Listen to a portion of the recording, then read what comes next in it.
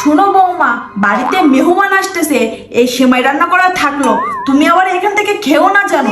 মেহমান চলে যাবার পরে যদি থাকে তাহলে খেও। আচ্ছা আম্মা, মেহমান তো চলে গেছে, অল্প একটু সেমাই আছে, না খাইলে নষ্ট হয়ে যাবে, ওটা আপনি আর আমি খাই।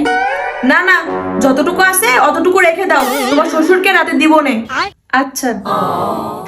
लेकिन एक सेकंड আম্মা, সেমাই ফেলাই দিচ্ছেন নাকি? তোমার শ্বশুরকে দিয়েছিলাম, তোমার শ্বশুর খায়নি, তাই নষ্ট হয়ে গেছে। কালকে রাতে আমি খেতে চাইছিলাম, কিন্তু আপনি খেতে দেননি। আপনি খুব ভালো রকম জানেন আমার শ্বশুর মিষ্টি খেতে তেমন পছন্দ করে না, তারপর আপনি তার জন্য রেখে দিচ্ছেন। নষ্ট হলে সেটা আপনার সহ্য হয়, কিন্তু আমি খাইলে আপনার সহ্য হয় না। এত লোভ কেন তোমার? তোমার যে এত পরাণ খাই খাই করে, এটা তো আমি আগে বুঝিনি। দেখলি মেয়ে কোথাকার, যেটা দেখবে এটাই খেতে মন চাবে। আমার টাকার জিনিস আমি কারে খাইতে দিব নাকি ফেলাই দিব সেটা আমার ব্যাপার, তুমি তো আর বাপের বাড়ির থেকে নিয়ে আসুনি। অবশ্যই এটা আপনার ব্যাপার। ওই যে কথায় আছে না, গেস্টদের সামনে দিয়ে 1 টাকা গেলে সেটা সমস্যা, আর পিছন দিয়ে যদি লাখ টাকাও যায় তাতে কোনো সমস্যা নাই।